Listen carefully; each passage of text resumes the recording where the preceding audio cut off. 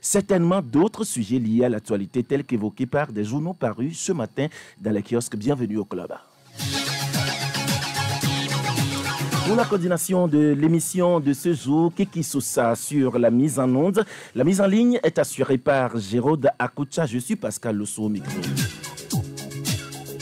Salutations fraternelles à vous tous qui nous suivez partout au Togo grâce à nos radios partenaires. Radio Lumière à Anéro, Radio La Paix à Atakpamé, Central FM à Sokodé, Sky FM, nous sommes à Badou, Radio Daoul à Bassa, Sama FM à Niamtougou et puis Radio Courtoisie à Daban. Vous avez aussi ce privilège de nous suivre partout dans le monde grâce à nos différentes plateformes digitales, notamment notre chaîne YouTube et aussi notre page Facebook. Vous pouvez aussi nous suivre sur nos radios partenaires en ligne, Ibn Radio et Radio Les Bénin. Comme de la presse, c'est le décryptage, l'analyse et le débat sur l'actualité de notre pays, du continent africain et aussi du monde entier. C'est avec nos confrères ou mes confrères journalistes en studio avec moi.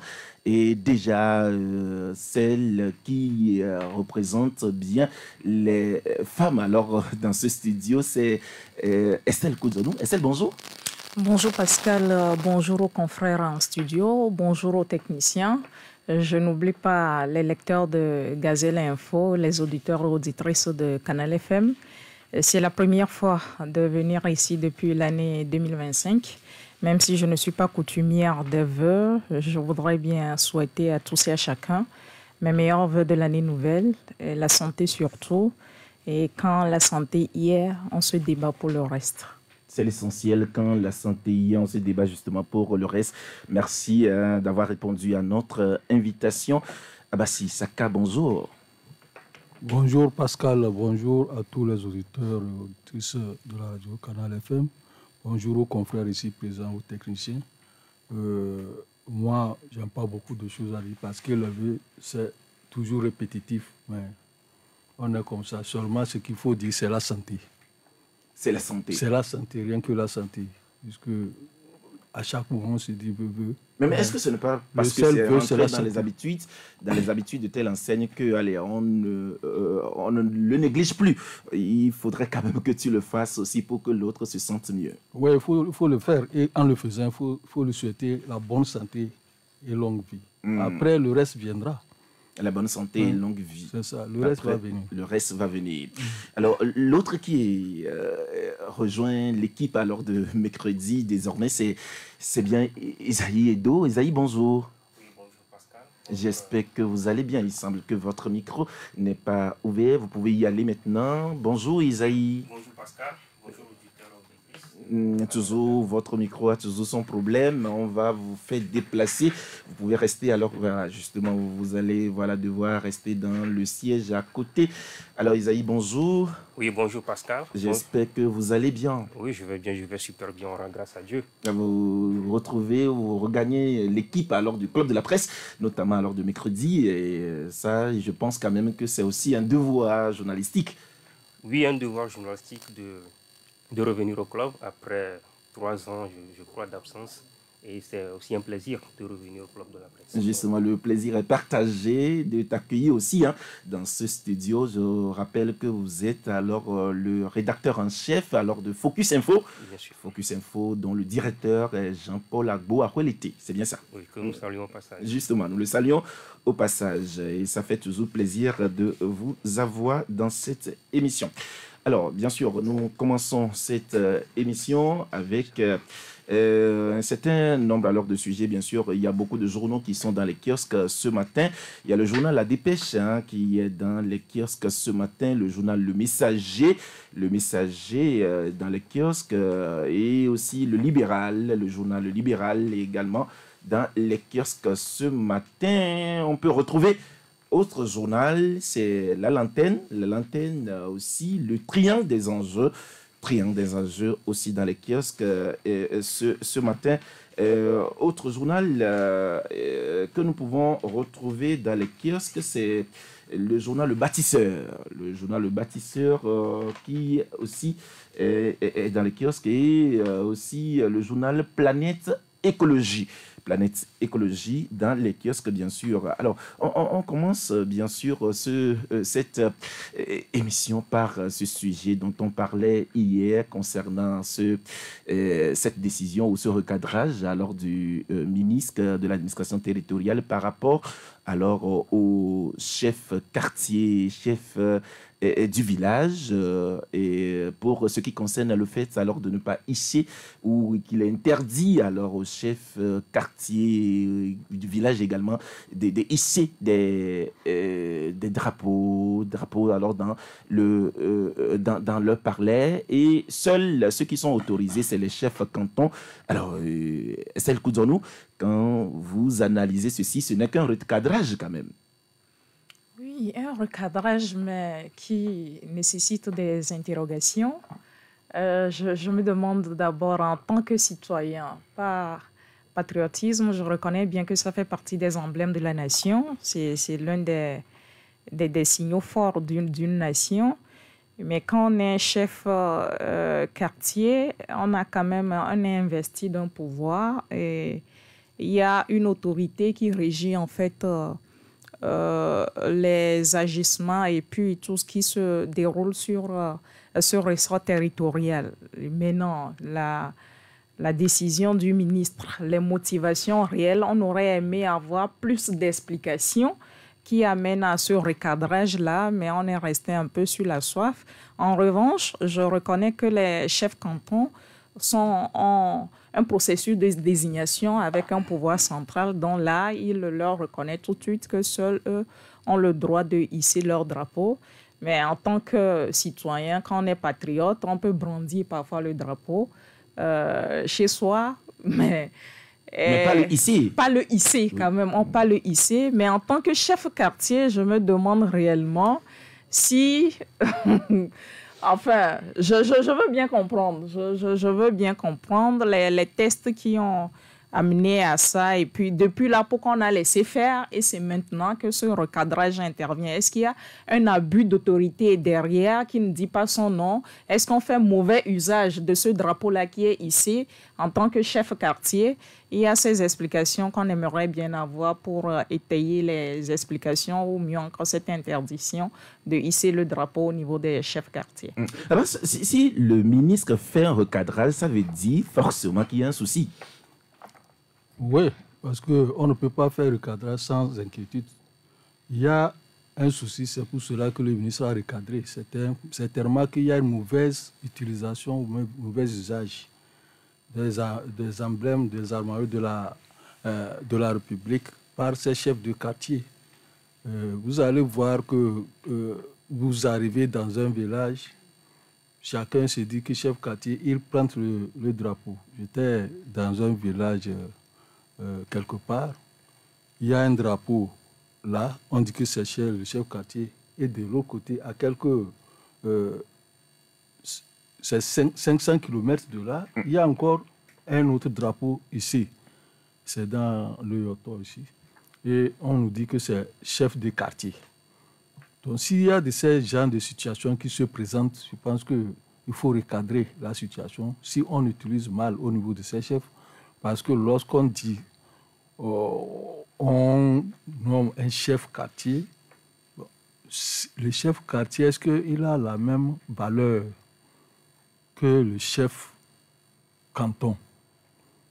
Oui, en fait, Abbas, quand on écoute les appellations, déjà en Nivé, les chefs quartiers et chefs du village sont appelés des Togui, et les chefs cantons, c'est des Togui-Gans.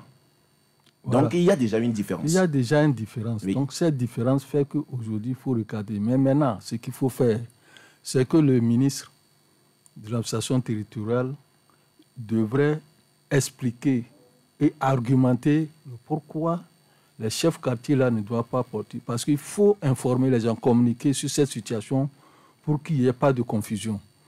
Pour que les gens ne se demandent pas pourquoi tel chef. Puisque quand vous voyez les commentaires des uns et des autres, les gens disent que pourquoi on va interdire ces chefs-là, on interdit au chef quartier, puisque quand il va arriver dans un village, c'est par le drapeau qui est ici, dans la maison, que tu sauras que c'est un chef. Et justement, est-ce que ces gens-là aussi n'ont pas raison? C'est-à-dire, quand on arrive dans un village, il faudrait quand même qu'on ait un symbole pour reconnaître que oui, et le chef qui est en quelque sorte le premier des habitants est ici. Et ils ont raison. Il y a des chefs villages, il y a des chefs quartiers, il y a des chefs cantons.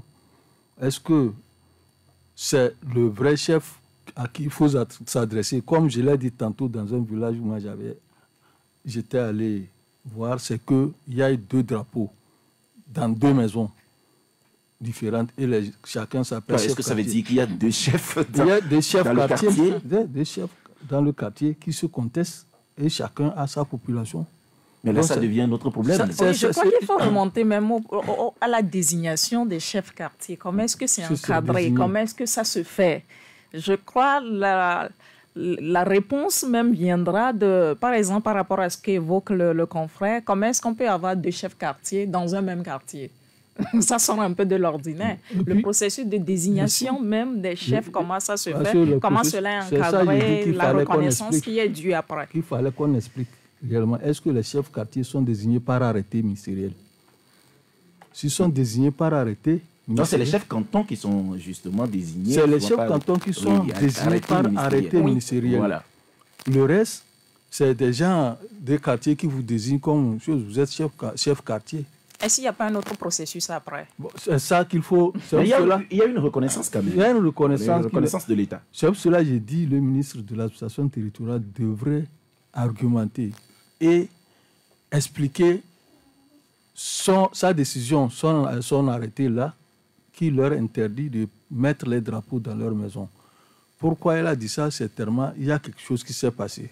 Et quand on explique, les gens vont comprendre. Mais si on prend une décision sans argumenter comme ça c'est difficile aux populations et à l'opinion de comprendre le pourquoi. Donc, quand on prend une décision, il faut l'expliquer et communiquer tout autour pour que les gens sachent que voilà les raisons pour lesquelles ceux-là ne sont pas autorisés à mettre le drapeau. Parce que tout Togolais que tu es, en tant que patriote, tu as l'obligation, si tu veux, porter un drapelé. Pendant même les matchs de foot, les gens portent des drapelés. Même dans les marches, au cours des marches, les manifestations, les gens même s'habillent même avec le drapeau togolais. Tout ça, c'est le patriotisme.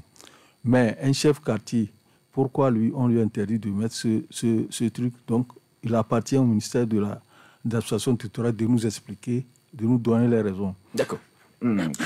Esaïe, est-ce que ce recadrage du ministre de l'administration territoriale, est-ce que vous avez vraiment l'impression que ce recadrage manque de pédagogie?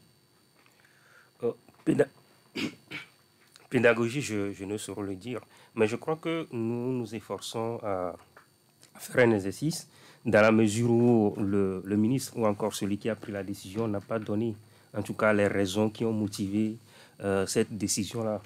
Donc, dire tout de suite que ça manque de pédagogie, dans une certaine mesure, puisque aujourd'hui on ne comprend pas, est-ce que les chefs en question à qui on a interdit d'hisser les drapeaux, est-ce qu'ils en savent quelque chose? C'est la grande question que tout le monde se pose, et c'est pour cela que je disais tout à l'heure. Mais il semble que c'est une décision qui existait depuis, hein? Alors, si cette décision existait depuis, là on parlera de pédagogie, dans la mesure où on n'a pas expliqué aux gens, on n'a pas amené les gens à comprendre le pourquoi la décision a été prise depuis et que ce n'est pas appliqué, que c'est maintenant qu'on décide de son application. Donc, si la décision existe depuis, naturellement, on parlera de manque de pédagogie. Et je crois que c'est ce qui arrive souvent quand on prend certaines décisions, il n'y a pas la pédagogie qui suit et ça pose problème après. Et il n'y a pas la pédagogie qui suit et ça cause vraiment problème par après. Et, oui, mais je posais la question à Abbas tout de suite. C'est vrai, je posais la question à Abbas. Mais quand on prend ce recadrage du ministre, est-ce que ce n'est pas parce que il y a un souci, il y a un problème de la part surtout alors c'est peut-être tel que vous l'avez dit, soit des trafics d'influence ou des abus de pouvoir, des gens quand même qui ne sont pas alors des chefs cantons, mais qui s'érigent en chef canton ou qui se montrent alors un chef canton et agit en tant que tel. Bien évidemment, il n'y a pas de décision ex nihilo. Le ministre, c'est une autorité de l'État. Il ne peut pas se lever, prendre une décision comme ça ex nihilo. Sauf comme tout le monde l'a dit, ce que nous déplorons, c'est que cette décision ne soit pas vraiment motivée par des explications, des raisons explicites qui permettent à tout le monde de comprendre tout à l'heure aisément pourquoi cette interdiction est faite. Et l'autre interrogation, c'est de savoir pourquoi depuis fort longtemps, on a laissé faire. Si la décision existait depuis, pourquoi, quand on a constaté dans 1, 2, 3 quartiers que les chefs quartiers ont commencé par hisser le drapeau, pourquoi on n'a pas suivi tout à l'heure, pourquoi on n'a pas rappelé ou pourquoi on n'a pas mis à l'ordre du jour cette décision, on a laissé faire pendant tout ce temps et si maintenant on en parle. C'est pourquoi j'ai toujours évoqué, moi, la rigueur. Parfois, on a comme impression que l'État en fait de trop, mais si dès que la loi est votée, elle s'applique à tout le monde. On doit faire l'effort de la respecter. Et quand il y a des dérives, il ne faut pas laisser faire avant de sévir. C'est ce qui fait croire que non, on abuse ou on en fait un peu de trop. Mais la loi existe, personne n'est censé l'ignorer. Peut-être nous avons manqué, nous aussi, d'aller plus à l'information par rapport à ça, mais on va essayer de le faire pour mieux informer les prochaines fois. Cette décision s'est tombée comme ça sur... dans la place publique, sincèrement, je me pose toujours des questions, mais il faut quand même reconnaître que le ministre ne peut pas se lever comme ça et faire cette interdiction. Je reviens encore à l'exemple qu'a donné mon confrère tout à l'heure. Si dans un seul quartier, il y a 2 drapeaux déjà, comment est-ce que les habitants de ces quartiers-là savent comment est-ce que le chef est choisi, quand le chef est désigné par la suite? Comment est-ce que la reconnaissance se fait dans tout le quartier pour que le quartier sache que c'est lui le chef qui est vraiment reconnu, ce n'est pas l'autre? Si tout le monde va se lever et hisser le drapeau, comment peut-on reconnaître celui qui est légalement reconnu et ce qui ne l'est pas? C'est ce qui se passe dans le cas qu'a donné tout à l'heure Abbas. Donc, je crois qu'il y a forcément une motivation et vivement que le ministre revienne sur... plus d'explications pour donner plus de motivation pour qu'on soit vraiment informé. D'accord. On va quitter le sujet, on s'intéresse à un autre sujet, un sujet que nous donne le journal La Dépêche. Le journal La Dépêche écrit à sa une: Pacha Gnassingbé fait 16 ans en prison. Quelle est la gravité du crime pour ne pas penser à l'apaisement et la réconciliation de famille Gnassingbé? C'est une interrogation à l'ordre du journal La Dépêche. Alors, Abbas, c'est vrai, nous avons tous ensemble suivi ce procès. Alors dans ce pays, bien sûr, le procès Pacha Gnassingbé et ses co-accusés. Et aujourd'hui, il y a le Pacha Gnassingbé qui fait pratiquement 16 ans en prison. Et il faut quand même dire que la peine, c'est 20 ans de prison. Et il y a aujourd'hui le journal qui pose cette question. Est-ce que vraiment cette question ne mérite pas d'être posée? Ah oui, la question mérite d'être posée. Et je pense que ce n'est pas peut-être le seul journaliste qui se pose cette question, mais il y en a dans l'opinion, les gens se posent cette question qu'il a fait 16 ans. Mais on se demande, elle a été jugée, condamnée déjà.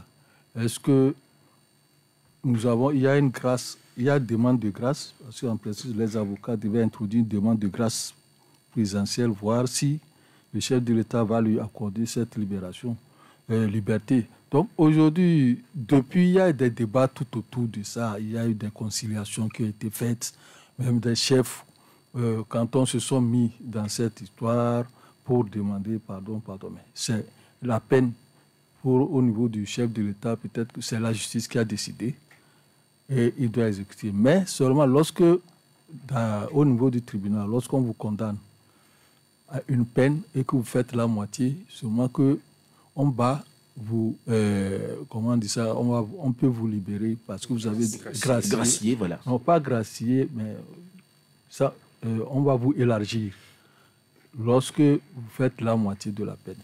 Mais pour M. Pacha Gnassingbé, on ne sait pas exactement ce qui se passe. On dit, bon, s'il y a eu une grâce qui a été demandée, introduite par les avocats, ça peut se faire. Et on va dire qu'il y a une grâce qui a été introduite. Parce que pour le moment, moi, à ma connaissance, je n'ai pas encore vu s'il y a au niveau des avocats de M. Pacha Gnassingbé une demande de grâce pour que leurs clients puissent sortir de là. Mais le problème qui se pose, cette affaire, c'est tellement que ça dépasse tout le monde. Ça nous dépasse, même à notre niveau, ça nous dépasse. On ne sait pas exactement ce qui se passe. Il faut le laisser purger toute sa peine. Il reste 4 ans. Il a fait 16 ans, c'est 20 ans de prison. On a suivi tout le processus du procès. Lorsque nous étions là, on a vu les témoignages, parce que les co-accusés et les co-condamnés, beaucoup d'entre eux ont été libérés. Et certains même sont décédés dans cette histoire. Pachanya Simbé, même entre-temps, avait été amené au niveau de Cabanon. On l'avait envoyé même au Gabon. Au Gabon, à Libreville. À Libreville pour des soins. Donc, quand c'était arrivé en ce moment-là, quand il était allé au Gabon, les gens pensaient que peut-être que c'est une façon de faire tout pour qu'au moins il soit libéré. Mais finalement, lorsque les élections se sont annoncées, ou bien le coup d'État et autres, au niveau du Gabon, on l'a ramené au Cabanon. Donc, on espère que d'ici là, les avocats ou bien lui-même va introduire une demande de grâce présidentielle pour que le chef de l'État puisse lui accorder cette grâce présidentielle. D'accord.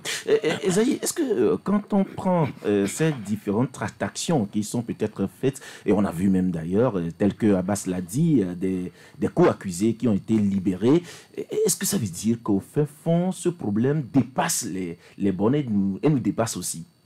Oui, ça nous dépasse parce que, au-delà de tout, c'est une question de volonté. La volonté, parce que la personne qui va aujourd'hui dire « Ok, je vous gracie », cette personne, il faut que cette personne ait cette volonté-là.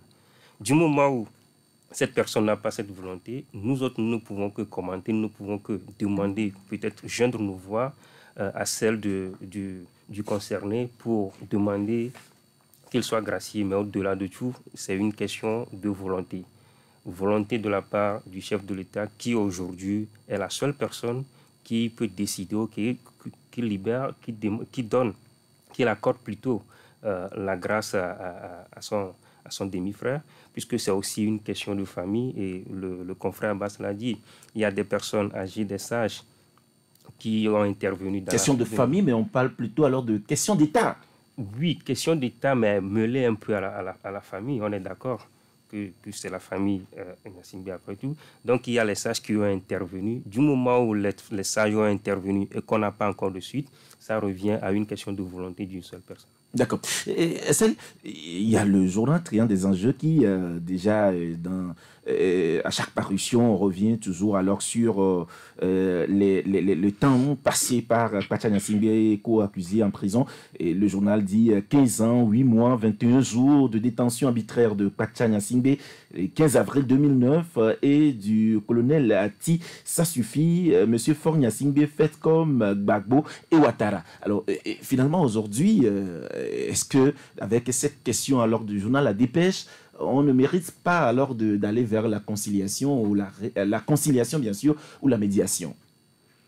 Oui, on ne peut que souhaiter ça, la conciliation ou la médiation. C'est le souhait le plus ardent.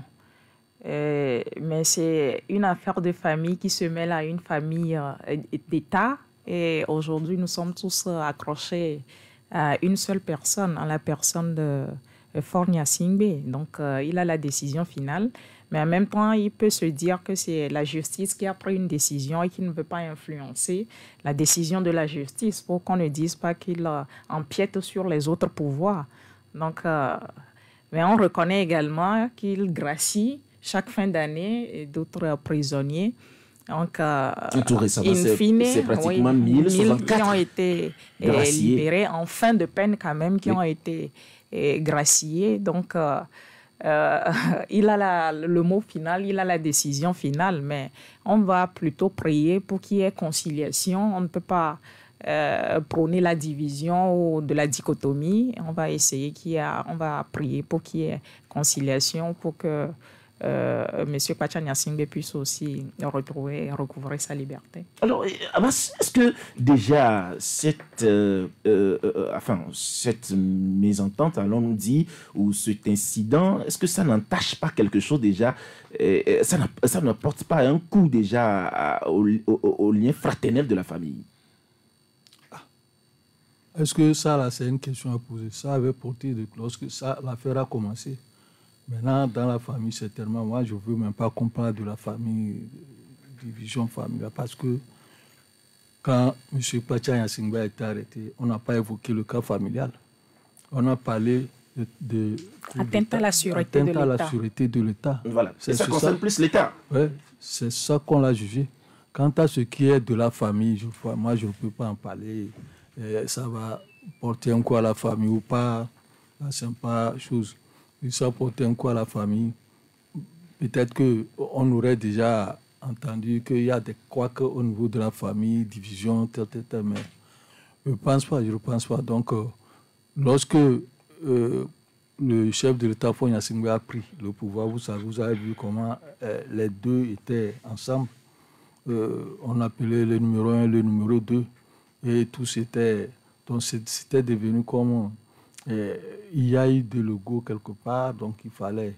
Lorsque c'est comme ça, il fallait que quelqu'un puisse arrêter quelqu'un pour monter. Donc, cette histoire, quand on parle d'atteinte à la sûreté de l'État, qu'on s'en tienne là, à cette histoire cette question d'atteinte à la sûreté de l'État, c'est sur ça qu'il a été jugé. Parce qu'au niveau même du tribunal, on n'a pas évoqué les liens familiaux de cette... On a vu tous les témoins qui ont défilé, on a vu ceux qui sont passés, les Roch Gnassingbé, qui sont venus aussi faire des témoignages. Bon, ils n'ont pas évoqué cette histoire de division au niveau de la famille. Le reste, si la famille est divisée ou pas, c'est que ça concerne la famille. Aujourd'hui, ce que nous demandons, il faudrait que peut-être avec le temps que Pachaya Gnassingbé a fait en prison, ce temps, même il a déjà fait la moitié de sa peine depuis... Plus de la moitié. Depuis plus de la moitié de sa peine. Donc, si, comme les uns et les autres le disent tout à l'heure, si la volonté y est, le chef de l'État peut lui accorder cette grâce présidentielle même. Donc, ça dépend. Je ne sais pas, parce que les gens disent qu'il y a d'autres affaires en sourdine qu'on ne peut pas évoquer ici. Donc, on attend de voir si le Pachaya Gnassingbé arrive à purger sa peine à la fin de ces 20 ans. Peut-être qu'on est en train de parler, il ne va pas arriver à ça. Donc, on le souhaite, c'est la prière de tout le monde pour que M. Pachaya Gnassingbé, qui a fait beaucoup à la prison et qui a eu même des maladies, on a même failli lui amputer un pied. Donc, je pense que ça va au moins amener au moins le chef de l'État à lui gracier. D'accord. Esaïs, ça va nous amener à parler politique. Politique, on parle de la DMK. La DMK, déjà, il y a une conférence à l'heure de presse anniversaire qui a été animée tout récemment. Et le journal L'Antenne qui écrit « Conférence de presse anniversaire, la DMK exige un front national de libération pour sauver le Togo en 2025 ». Et quand on prend le sujet tel que cela est libellé, alors est-ce que déjà pour 2025, créer un front pour la libération, pour sauver le Togo en 2025, est-ce que ce ne serait pas un front de plus, Esaïe? Oui, justement, je me pose la même question. Qu'en est-il des autres coalitions, les associations qui ont été mises en place dans le passé pour libérer le Togo entre griffes, parce que c'est leur objectif. Donc, si on en crée encore aujourd'hui, naturellement, c'est un de plus. Maintenant, la question est de savoir qu'est-ce que le front qui va être mis en place aujourd'hui, quelle sera la particularité ou encore la nouveauté, quel sera ce que ce front fera de différent que les autres structures ou encore associations, organisations qui ont été mises en place dans le passé. C'est là la question. Maintenant, si la DMK qui demande cela a une idée claire de sa demande, là on peut comprendre. Mais s'il s'agit de créer encore tel qu'on avait créé dans le passé, moi personnellement je ne vois pas la nécessité. Je me dis plutôt que ça va être un front de trop et finalement, comme on le dit, les mêmes causes produisent les mêmes effets, ils feront la même chose et le résultat, on n'en aura pas parce que les autres qui ont été créés parce qu'ils ont fait les mêmes choses, on n'a pas eu le résultat. Finalement, est-ce qu'on n'a pas l'impression qu'au niveau de l'opposition, on crée des fronts, on crée justement des regroupements pour la libération entre griffes alors du Togo, mais finalement, le Togo, allez, cette libération ne vient jamais. Aussi faut-il questionner d'abord la survie même de ces fronts-là, de ces regroupements, puisqu'on a assisté à plusieurs créations de fronts qui n'ont pas survécu autant. Hein. Je ne vais pas commencer par les citer ici, mais la principale interrogation, c'est de savoir qu'est-ce que ce nouveau front qui est annoncé va servir de nouveau. Qu'est-ce qu'il va faire de nouveau? Et quand on parle de lutte, quels sont leurs moyens d'action aujourd'hui pour pouvoir libérer le Togo, comme ils le disent?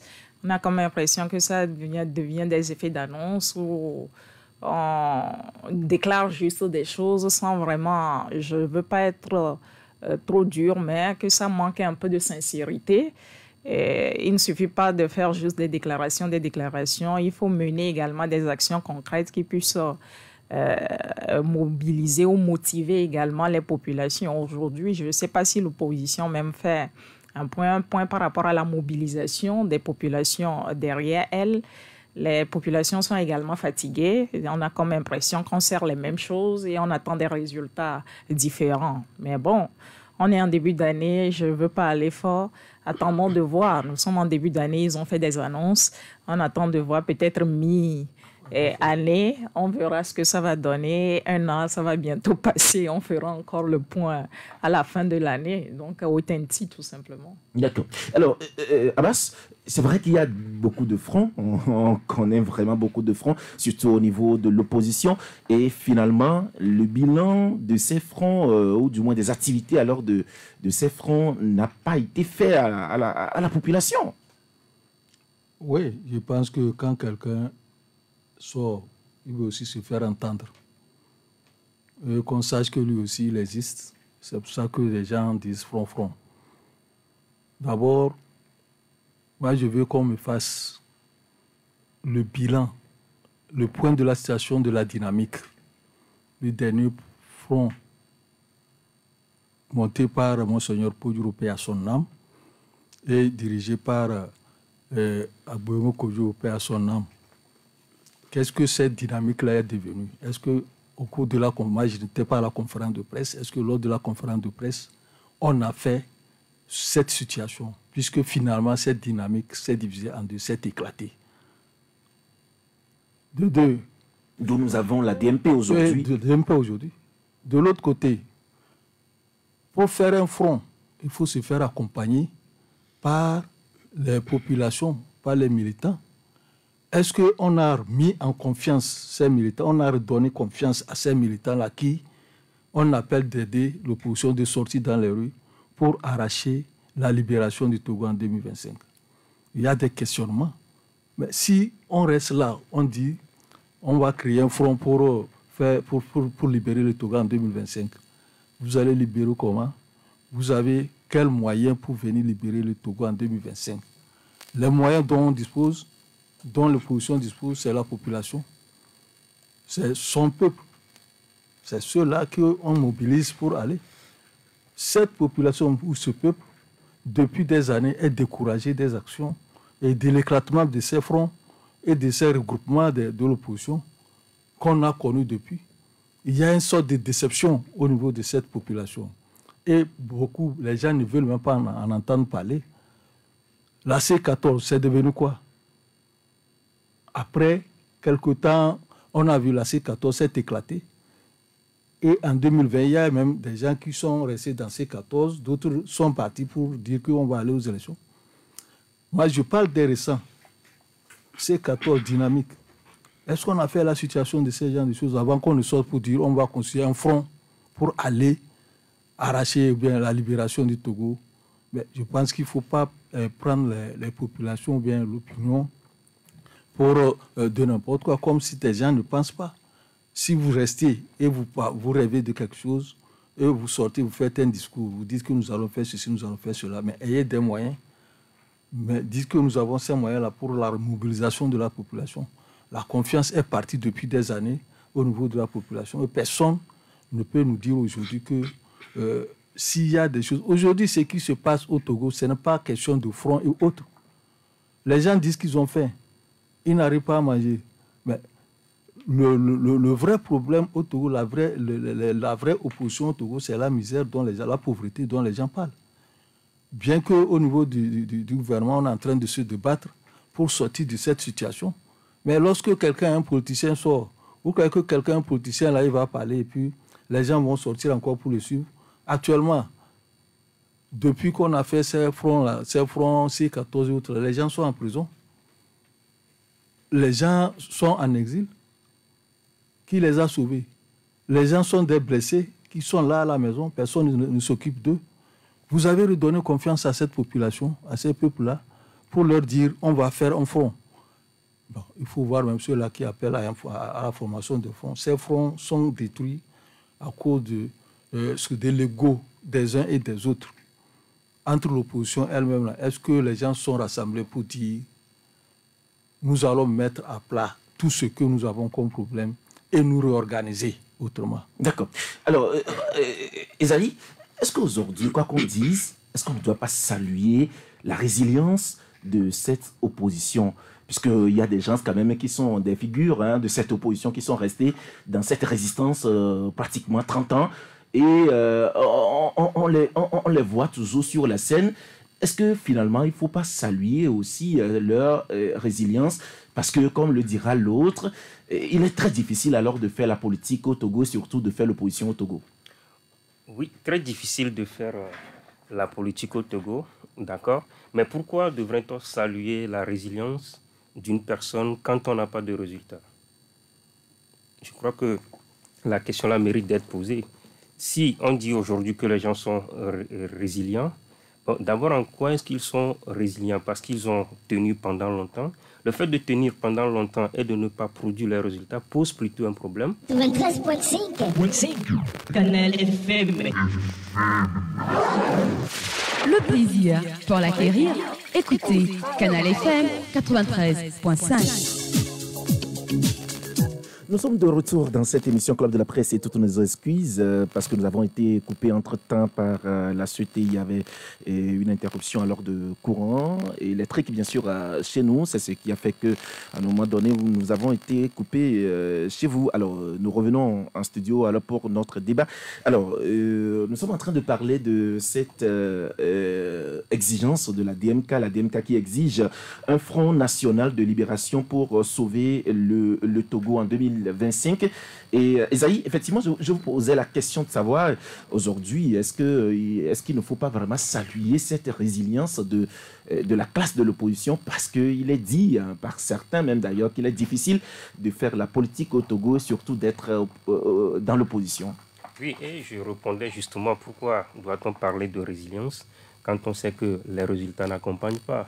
Et je me pose cette question, résilience en quel sens? Dans la mesure où on sait que les acteurs de l'opposition n'ont pas été en tout cas constants. Vous le verrez par moment aujourd'hui dans tel regroupement qui ne partagent pas forcément les idéologies de leur parti, mais ils y sont quand même. Demain, vous les verrez plutôt dans une autre mais est-ce que ce n'est pas la diversité d'opinions qui fait aussi la politique? La diversité d'opinions, d'accord, mais quand on a une idéologie qu'on défend et qu'à un moment donné, on les laisse pour aller s'associer à d'autres qui ne partagent pas forcément cette idéologie, ce qui voudra dire que quelque part, nous-mêmes, on n'est pas sérieux avec ce qu'on fait. Si je peux me permettre de m'exprimer ainsi, on n'est pas sérieux nous-mêmes avec ce que nous faisons.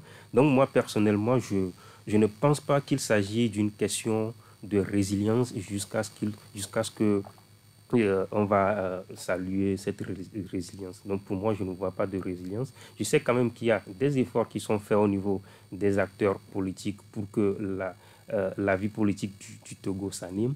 Mais au même moment, on attend plus d'eux.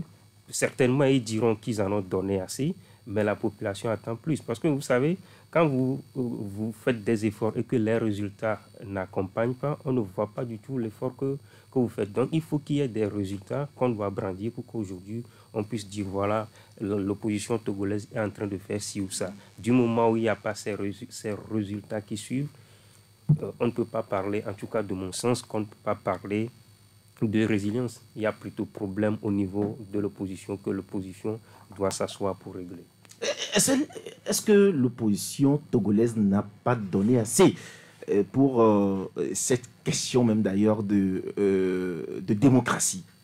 J'ai bien envie de vous demander de me faire un bilan de ce que l'opposition togolaise a donné. Si vous pouvez me dresser un bilan, ça m'édifierait mieux. On sent, oui, l'opposition togolaise est là, mais les résultats concrets, on en manque. Si on va faire peut-être un petit brainstorming, on a quand même l'impression que tout se résume en fait à la conquête du pouvoir. Je suis d'accord que quand on se lance dans la politique, la finalité c'est de conquérir le pouvoir. Mais quand tu vois un peu les questions sur lesquelles sont plus chaudes les opposants, c'est les questions qui ont trait aux élections tout de suite. L'opposition est arrivée à avoir le nombre de sièges à l'Assemblée qui est passé de 91 à 113. Mais malheureusement, elle n'a pas pu avoir même la majorité des sièges à l'Assemblée. Le pouvoir est encore tout près. Quand on a parlé du cadre électoral, oui, les débats sont animés, il faut faire. Même si elle dénonce parfois, on se demande c'est quoi leur moyen de pression ou les moyens d'action dont elles disposent pour arriver à la fin de leur objectif. C'est pourquoi je parlais à l'instant des déclarations. On a comme l'impression qu'on fait juste des déclarations pour assurer la visibilité et faire d'autres actions derrière que nous ne maîtrisons pas forcément. Donc si je vais peut-être rebondir un peu sur la question précédente, si le mot résilience doit être appliqué à quelqu'un, moi je l'applique plutôt à la population togolaise. C'est la population togolaise qui a été résiliente depuis des années et continue pas à l'être. Et là, spécialement, bravo et carton vert à la population togolaise. Quant à l'opposition, on manque vraiment de résultats. Et quand on est dans une lutte depuis 30 ans et depuis 40 ans, on n'a pas de résultats, on se demande, mais qu'est-ce qui ne va pas? Il faut se questionner soi-même et reculer un peu pour mieux sauter. J'ai parlé à l'instant des fronts, des regroupements qui se font, qui se défendent. Parfois, on a comme l'impression que ces regroupements même ne sont pas convaincus de ce qu'ils font. C'est pourquoi dès qu'il y a une pécadille, ça s'éclate tout de suite. Et quand toi-même, tu n'es pas convaincu de ce que tu fais, comment tu peux convaincre l'autre de te suivre? Comment tu peux convaincre l'autre de mener la lutte communément avec toi? Donc, moi, personnellement, dire que l'opposition a beaucoup donné, on voit plutôt une lutte personnelle au lieu d'une lutte collective. Et tant que l'intérêt général ne sera pas mis en avant, je crois qu'il reste beaucoup à faire. D'accord. Abbas, vous avez aussi la même impression qu'il y a plutôt une lutte personnelle et non collective? Il y a une lutte personnelle. C'est pour des intérêts personnels que les gens sont là. Quand vous dites que l'opposition a beaucoup donné, je ne pense pas. C'est les populations qui ont beaucoup donné. C'est la population qui a payé le plus lourd tribut depuis le début de cette lutte, depuis 1990 jusqu'à nos jours. La population a payé le plus lourd tribut. Et qu'est-ce qui s'est passé? Parce que pour cette population, elle avait confiance à certains leaders de l'opposition qui vont dire qu'ils vont changer la donne. Mais depuis plus de 30 ans, c'est toujours la même rengaine. Rien ne change. On va de regroupement à regroupement. Et au sein de ces regroupements, même, il y a des problèmes. Les gens se querellent. Et les gens même se font des tacles au sein d'un même regroupement pour dire que si c'est tel qui a la tête, ça ne peut pas passer. Et les gens sont arrivés même à faire des présidents tournantes. Mais rien n'a marché. Donc, ce qui veut dire qu'il y a un problème. La population a donné une confiance totale pour que la lutte soit gagnée. Mais ceux-là qui les ont dessus, qui a dessus cette population, c'est les leaders de l'opposition à cause de leur égocentrisme. Et lorsque les gens sortent maintenant pour faire des déclarations, ça n'emballe plus les gens. Vous faites des déclarations, vous dites que vous trompez, c'est tout comme des effets d'annonce que les gens font. Nous allons faire ceci, nous allons faire cela. Nous, c'est ici, en 2018, on est là. On a de la C14, on dit on veut organiser les élections législatives. On a crié que ces élections législatives-là n'auront jamais lieu. Même à la dernière minute, il n'y aura pas élection. dernière seconde même, il n'y aura pas élection. 2018, qu'est-ce que la C14 a pu faire pour empêcher ces élections? Les élections de 2010 ont lieu. Les gens ont boycotté ces élections, mais l'Assemblée, la législature, la mandature s'est passée sans problème. Et c'est là où on disait quelqu'un a dit, mais quelqu'un laisse, quelqu'un prend. Donc, au niveau de l'opposition, il y a des problèmes. Mais moi, il faut saluer la résilience même de la population elle-même. D'accord. Qui a payé le lourd tribut. Oui, aujourd'hui, la proposition, c'est quoi? Est-ce qu'il faut vraiment le renouvellement même d'ailleurs de cette classe de l'opposition? On ne renouvelle pas une classe de l'opposition. C'est à elle de comprendre ce qu'elle fait, ce qu'elle veut. Les gens sont là depuis des années, mais il y a des choses. On a vu en Côte d'Ivoire, la classe politique est toujours là, les mêmes. Donc, c'est à eux de travailler. S'il faut renouveler la classe politique, c'est entre eux, au niveau de la classe politique, de voir comment ça se passe. Parce qu'on ne peut pas avoir les mêmes choses depuis même le temps de Feu Yadema. Des gens, des leaders de l'opposition qui luttent, qui ont lutté contre Feu Yadema, aujourd'hui, ils sont toujours les mêmes qui s'asseyent sur la table de discussion. Est-ce que c'est par cela qu'on doit parler plus de résilience? Non. J'ai dit on ne peut pas parler de résilience. Pour parler de résilience, il faut saluer la population togolaise qui s'est donnée. D'accord. La population. On ne peut pas parler de la résilience de l'opposition. D'accord. Esaïe, je m'intéresse à votre une. Ce matin, vous écrivez, vous êtes revenu sur le budget 2025. Et votre une, je parle bien sûr de votre journal, Focus Info. Vous écrivez budget 2025, les détails, grand angle.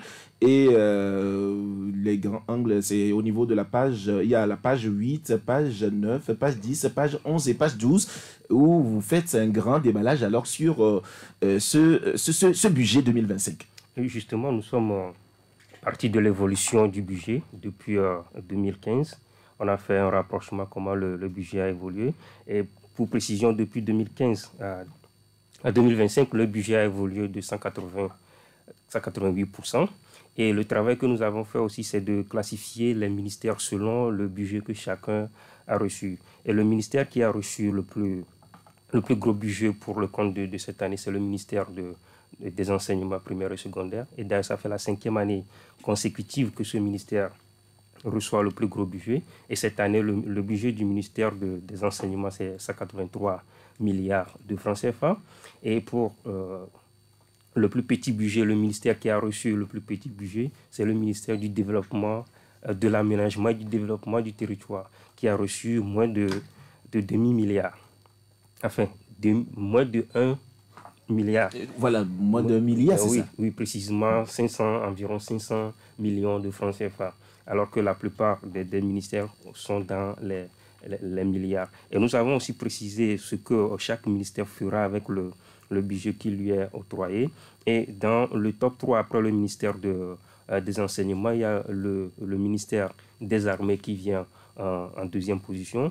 Vous savez qu'aujourd'hui, le pays est confronté à des défis sécuritaires. Donc, ça fait que le budget du ministère des armées est légèrement augmenté. Cette année, le ministère des armées reçoit 119 milliards de francs CFA comme budget. Et après vient le ministère de la Santé. Nous savons tous aujourd'hui que le pays est en chantier en ce qui concerne l'assurance maladie universelle. Et donc le ministère de la Santé a reçu pour le compte de cette année de 2025 un budget de 114 milliards de francs CFA. En tout cas, ceux qui liront le journal verront en tout cas l'évolution du budget de chaque ministère. Nous avons aussi parlé des budgets qui sont octroyés aux institutions de la République. Et pour précision, c'est la présidence qui vient en tête avec un budget de 26 milliards de francs CFA. Et la présidence est suivie de l'Assemblée nationale avec 7 milliards. Et vient la primature qui a environ 1,5 milliard de francs CFA. Donc vous verrez le budget de la HAC, le budget de la Cour constitutionnelle, tout est précisé dans le journal avec les activités ou encore les actions que ces institutions auront à mener au cours de l'année. Et tout est à retrouver dans votre journal Focus Info. Alors, Essel, quand on prend déjà le gros lot du budget qui a été accordé au ministère de l'Éducation, est-ce que ça veut dire que la priorité aujourd'hui est plus mise sur l'éducation? Oui, le chef de l'État l'a dit à demi-mot dans son discours la dernière fois. Les défis sécuritaires et puis le social, aujourd'hui, c'est vraiment important. On ne peut pas gouverner des malades ou des têtes pas bien faites dans un pays. Donc, c'est des domaines dans lesquels il faut vraiment investir pour garantir d'abord la santé des populations, ensuite la sécurité, puisque rien ne peut se dérouler si on n'a pas la paix dans le pays. Hein. Ça, il faut le dire. La paix, donc, relever ces défis sécuritaires-là, c'est en cela qu'il avait demandé personnellement que ce budget soit revu à la hausse. Et il était même la dernière fois sur le terrain pour donner encore plus de punch à nos braves forces de défense et de sécurité.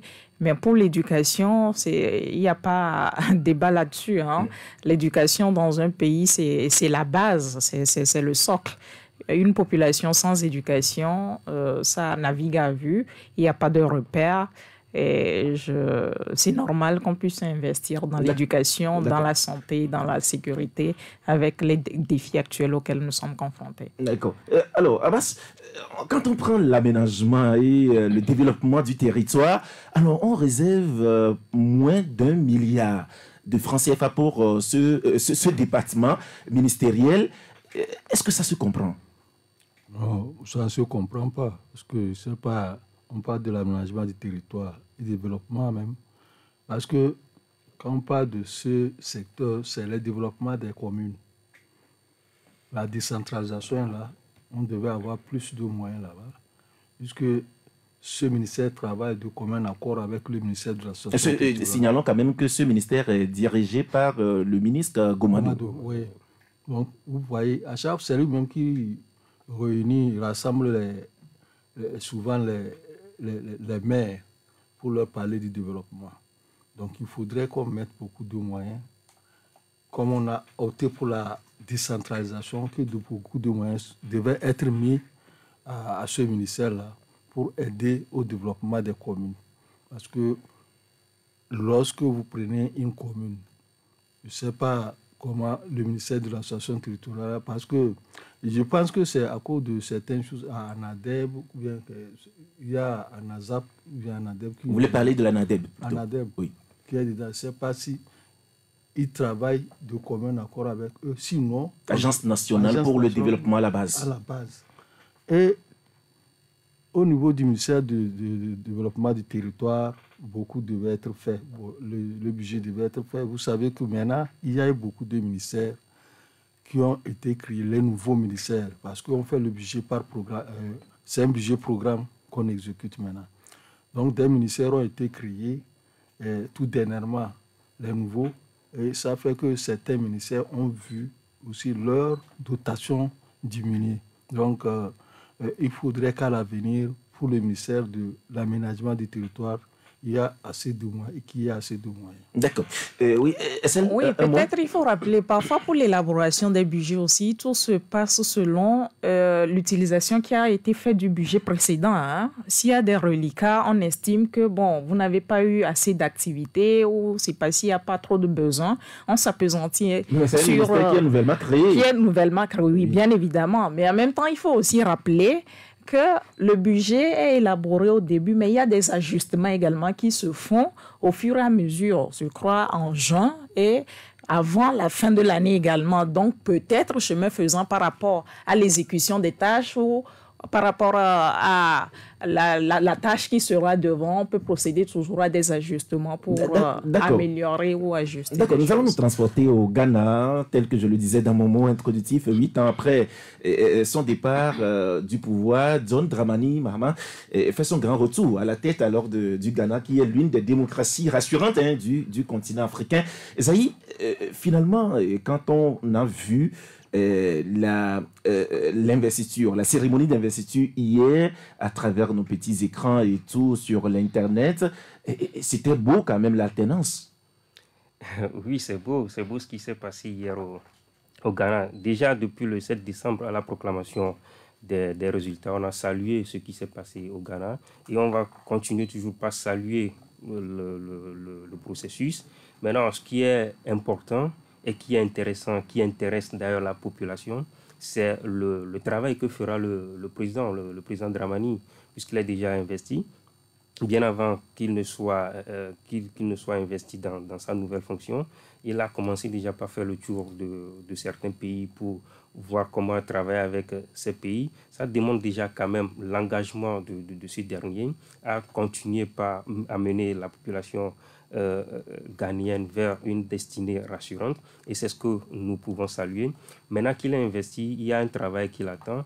Et c'est là où, je le disais tantôt, c'est là où la population l'attend le plus. Et c'est à la fin de son mandat qu'on va saluer également le travail qui a été fait. Et ce sera encore plus beau si un travail accompagne ce qui s'est passé hier. D'accord, ce serait vraiment beau si un travail accompagne ce qui s'est passé hier. Alors, Abbas, est-ce que vous avez compris quand même la présence de beaucoup de chefs d'État et surtout de gouvernement aussi à cette cérémonie d'investiture, j'allais dire, hier au Ghana? Il faut le comprendre parce que lui-même, avant son investiture, a effectué des visites dans certaines capitales. Notamment Lomé. Burkina, pour inviter personnellement les présidents. Et on a vu la présence même d'ailleurs du capitaine Traoré qui fait son déplacement pour une première fois justement dans un pays. Donc, vous voyez qu'on ne peut pas dire qu'on est surpris d'avoir ce nombre de population. Puisque Maman, après 8 ans, on a vu, il est revenu battre celui-là qu'il a battu au pouvoir. On a vu même les anciens présidents qui étaient là à l'investiture.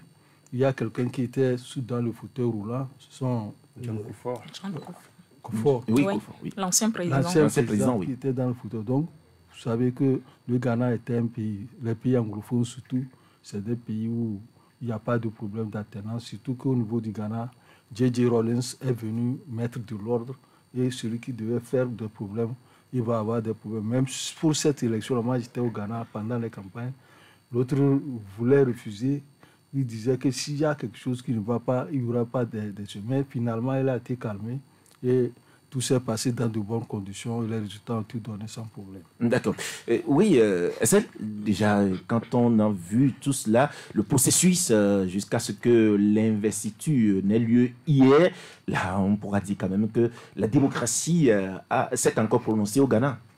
Oui, la démocratie en marche. En Afrique, on peut citer sans retenue au moins 2 pays dans lesquels la démocratie fait vraiment des preuves. On peut citer le Sénégal, on peut citer le Ghana.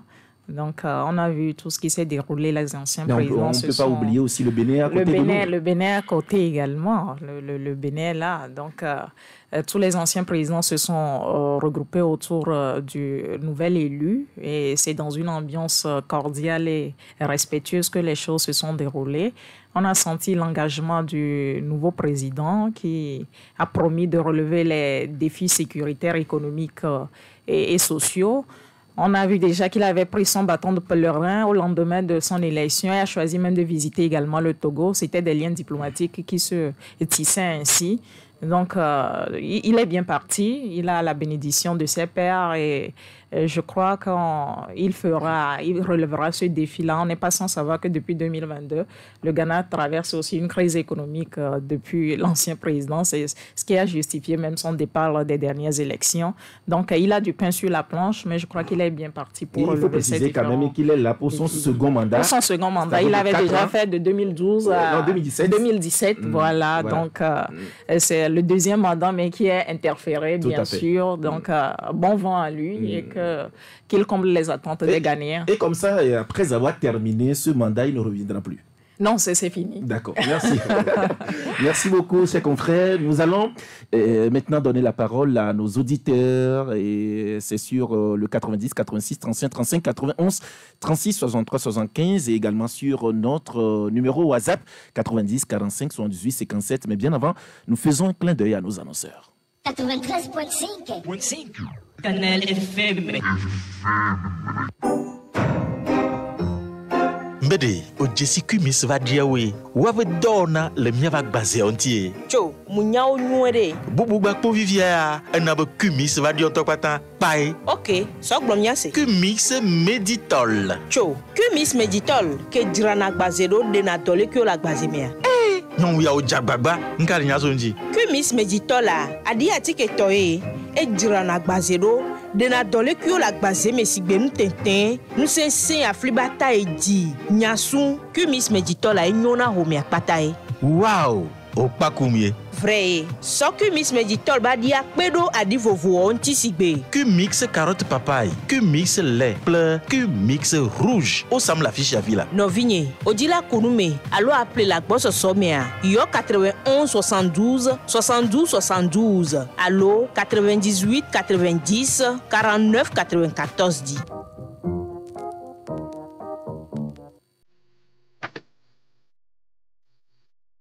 Attrape ton chèque en participant au jeu concours Edomatch. Chaque gagnant du concours recevra l'équivalent du SMIC togolais remis sous forme de chèque à récupérer dans nos locaux. Comment participer? Allez sur la page Edomatch sur Instagram ou Facebook, TikTok ou LinkedIn pour les informations nécessaires. Le concours se déroule sur 10 mois et chaque mois, 10 gagnants seront sélectionnés. À vos marques, attrape ton SMIC si tu peux. Edomatch, disponible sur Play Store et Apple Store.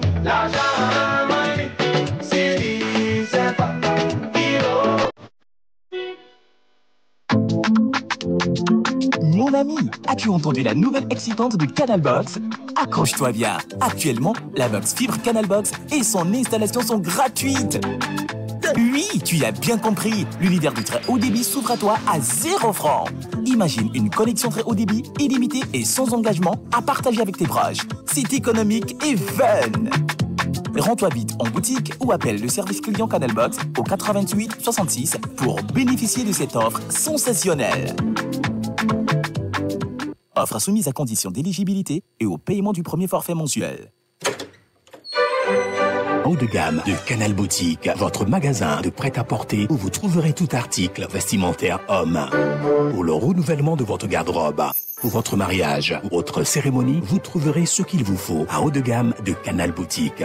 Costumes 2 ou 3 pièces, saharienne, blazer, pantalon chemise, ceinture, chemise et chaussures, le tout de qualité supérieure. À haut de gamme de Canal Boutique, passez les commandes des articles pas disponibles en magasin. Vous aimez du beau? Alors faites-y un tour. À Canal Boutique, vous y trouverez de la qualité. Canal Boutique, boulevard du 13 janvier, en face du feu tricolore et du terrain nu de la Lolato. Contact 90 77 97 07. 93.5 Canal FM.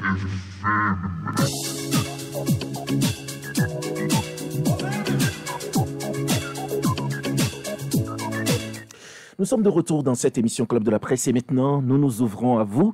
Vous pouvez nous appeler au 90 86 35 35 91 36 63 75. Premier auditeur en ligne. Allô? Oui. Allô? Bonjour Pélé. Bonjour. J'espère que vous allez bien. Très bien. D'accord, allez-y. Ok, je pense que je salue le plateau. Et le plateau aussi vous salue. Oui. Comment les Togolais peuvent faire pour faire comme le Ghana? Ce qui s'est passé hier. C'est la préoccupation majeure maintenant au Togo. Comment on peut faire pour que la tenance paisible, quelqu'un qui a quitté le pouvoir et revenir, comment on peut faire ça pour être à l'aise dans le pays? Maintenant, pour revenir même au Togo, vous parlez de l'opposition, ce que l'opposition a échoué bien, ils n'ont pas donné ce qu'il faut donner. Effectivement, quand vous cherchez quelque chose et que vous ne la trouvez pas, vous n'avez pas encore atteindre votre objectif. L'objectif, c'est quoi? C'est la tenance. Qui bloque la tenance? C'est ça qu'il faut poser. Si nous prenions les élections en 1998, celui qui devait prononcer les résultats, est-ce que ça a été fait? Les élections étaient sorties dans leur cadre. Ça veut dire que quand vous parlez de l'opposition, il faut d'abord parler du pouvoir qui confixe le pouvoir. C'est-à-dire le RPT qui confixe le pouvoir avec la force brutale. Je pense que pour aller au pouvoir, c'est soit deux options. Soit pas les urnes, soit pas le mettre bien les armes que les gens prennent, que l'opposition ne veut pas aller. Je ne sais pas si vous demandez maintenant à l'opposition de prendre l'option du ministre Christian Trémois. Alors, je pense qu'il faut qu'on soit cohérent aujourd'hui que le RPT uni ne veut jamais laisser rien, ne veut jamais parler de ce qu'on appelle la tenance. C'est de ça que les journalistes, tout le peuple togolais, doit être debout pour combattre ce régime qui ne veut jamais aller la tenance. Vous voyez? Donc, merci beaucoup. Oui, il faut qu'on soit clair. Oui, merci Pelé pour votre intervention. 90, 86, 35, 35, 91, 36, 63, 75. Allô? Allô, bonjour. Bonjour, monsieur Gado. Bonjour, plateau. J'espère que vous allez bien. Il ne faut pas tout déverser. Hein. On a aussi d'autres personnes dans la vie. Bon, moi, je voulais demander au plateau, il faut nous expliquer au moins, pourquoi les gens ne veulent pas quitter le pouvoir. Pourquoi je veux savoir ça. Pourquoi les gens ne veulent pas quitter, alors que d'autres annoncent même leur départ avant la date d'échéance des élections. Et d'autres même font un mandat et ils quittent. Pourquoi les autres ne veulent pas quitter, ils vont chercher super glue pour coller le photo présidentiel à leur fesse. Regardez pas bien, ils ne connaissent même plus sa date de naissance. Ils ne veulent pas partir. Regardez ça sur une question. Mais tout ça là, pourquoi? Secondo, plateau, vous savez le problème du Togo. Moi, c'est les élections, les résultats. Mal préparés là. C'est ça le problème. Hein? Bon, peut-être pas le président qui a voté, d'accord. Mais le problème, c'est les résultats qui sont truqués. Même l'ambassadeur des États-Unis ont demandé de recompter la voix. Est-ce qu'on a accepté? Le Ghana, regardez, à peine 2 jours, on connaît déjà la pub. Donc, je vous en prie, dites-moi pourquoi les gens ne veulent pas quitter le pouvoir. Si c'est à l'amitié, on va leur donner. Merci, bonne journée. Allez, bonne journée à vous aussi, monsieur Gado, et merci pour votre intervention. Allô? Bonjour. Bonjour, madame Essi. Bonjour, je dis Biafé à Debo là-bas. Je sais qu'il y a Debo chez vous. Pardon? Voilà. Ça va bien. Je sais qu'il est payé aussi par la rate, avec l'argent du pays, quoi. Bon, vous avez parlé de tout, la même chose tous les jours. Ce qu'on fait là, au dépend du développement du bien-être. C'est interdit dans la Constitution. Qu'un pays va passer sa vie à débattre. Non. C'est pour ça qu'on a une constitution dans une république qui est établie sur la limitation des mandats de 1 à 5 ans, comme au Togo, comme en France, quoi. C'est-à-dire, c'est un mandat de 5 ans. Ce que vous dites de renouvelable une fois, tout ça là, c'est pas vrai. C'est faux, c'est pas vrai. Et puis, qu'est-ce que vous voulez? On est là, lorsqu'en 2020, le Togo a chargé un seul opposant, qui est le leader de l'ANC. Un seul opposant que le Togo, avec la BNK, ont chargé pour, c'est pas pour l'affaiblir, pour le détruire, on ne sait pas. Alors que cette personne n'a jamais collaboré avec le système. Et maintenant, les journalistes, vous nous disiez dans le temps qu'il n'y a plus d'opposants, il n'y a plus d'opposition au Togo. Et maintenant, vous parlez encore de l'opposition. Laquelle? Vous aviez enterré l'opposition, vous aviez dit non. Si on comprend bien, il n'y a que le leader de l'ANC qui n'a jamais collaboré, qui est le seul opposant, le vrai. Si on comprend bien.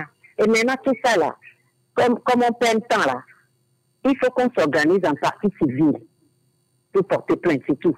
On va arrêter tout ça là. Tout le monde sera bien, même le reste. D'accord. Merci, madame Messi, pour votre intervention. Allô? Allô? Bonjour. Bonjour. C'est monsieur Nyamavo. C'est Nyamavo, chef. Allez-y. C'est courageux de dire que la faute à l'opposition. Même les Sénégalais traitaient les Togolais de poltrons. il n'y a pas longtemps, Guy Sagna a essuyé le coup ici. Il a su ce que c'est que le Togo. La CEDEAO sait ce que c'est que le Togo. La communauté internationale sait ce que c'est que le Togo. Comment la politique marche au Togo. Et vous dites que l'opposition ne se donne pas. Où les gens n'arrivent même pas à se réunir à leur siège.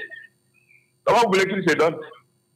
Regardez un peu à l'intérêt du pays, comme le décrivent les paysans. Qui va oser faire partie de l'opposition? Il ne va pas dormir chez lui la nuit. Nous, sous nous, nos yeux, on est rentré sur les gens, les frapper correctement, les molester, une nuit, tout simplement parce qu'ils faisaient partie de l'UFC à l'époque. Et vous allez dire que l'opposition ne se donne pas, et le résultat des yeux. Et Akla Soboko, bon, qu'est-ce qu'il a, pourquoi il mérite l'étranger? Vous ne vous posez pas ces questions. Et vous allez dénigrer l'opposition parce que vous avez la force. Mais dites que c'est la dictature qui nous dirige, il n'y a pas de la démocratie. Que de vilipender l'opposition, non. C'est pourquoi vous avez vu que les Togolais sont fatigués de la politique et la dernière élection, ils ne sont pas sortis. Vous allez voir que le Togolais, l'UNIR a expérimenté un coup KO. L'opposition s'attendait à 2 tours. C'est pourquoi ils allaient nombreux. Ils pensaient qu'il y avait la démocratie. Non. Mais un coup KO est devenu 0 coup KO avec la 5e République. Il y en a plus. Donc vous allez dire que l'opposition fait quoi? Avec ça, on a vu maintenant le goût. Que le goût. Si tu n'as pas de pièces, même on te ramasse. Parce qu'on sait qu'on vient asseoir les institutions. Bonne émission. Merci, M. Niamava, pour votre intervention. 90 86 35 35, 91 36 63 75. Drapeau togolais, manque de pédagogie, oui, et cela ouvre la voie des spéculations. Pourquoi le pouvoir aime le flou, même autour des sujets mineurs? Le Togolais a besoin de vivre dignement, manger à sa faim et se soigner correctement quand il est malade. C'est une réaction de Maglébé depuis la Belgique. Allô? Allô? Oui, bonjour Papa Sibiti. Bonjour mon directeur. J'espère que vous allez bien. Je vais bien. Dieu bonjour merci. Tout le plateau. Bonjour à mère, les enfants de mon patron Fondio et Isidore. Et je voudrais vous demander d'écouter ce que M. Abbas Taka venait de dire. Vous savez, la politique est un rapport de force. Quand on dit l'opposition, le non, ce que moi je voudrais souhaiter, demander à l'opposition, ne touche pas à ma condition, le président de la République, notre président de la République. Que l'opposition aille le voir, comme ça se fait, parce qu'ils se mettent ensemble, ils discutent. Est-ce qu'on ne peut pas le faire, mon directeur Pascal? Asseyons-nous, président, tout le monde dit que ça là, ça ne va pas, ça va. Qu'est-ce qu'il faut faire? Au lieu d'aller à nos choses, non. C'est ce que moi je vous propose. En tant que doyen, en tant que sage, connaissant la politique, progrès, ITPN. Allez voir le président de la... Asseyez-vous avec eux, avec lui. Demandez, excusez-moi, demandez l'audience. Il ne va pas vous renvoyer. Toute l'opposition ne suit pas ma constitution. Monsieur David, président David Dossé. Merci beaucoup. Merci à vous aussi, Papa Sibiti, pour votre intervention. 90 86 35 35. Allô? Oui, allô? Oui, bonjour. Bonjour, Pascal. C'est Patrick. C'est Patrick. D'accord, allez-y. Je salue tout le monde. Vous savez, en effet, on dit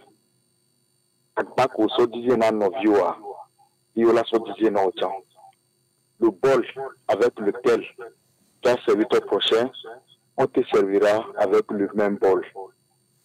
L'opposition togolaise, les coups bas faits à la population, vous l'avez si bien dit, dans cette affaire, c'est la population qui perd, c'est la population qui souffre.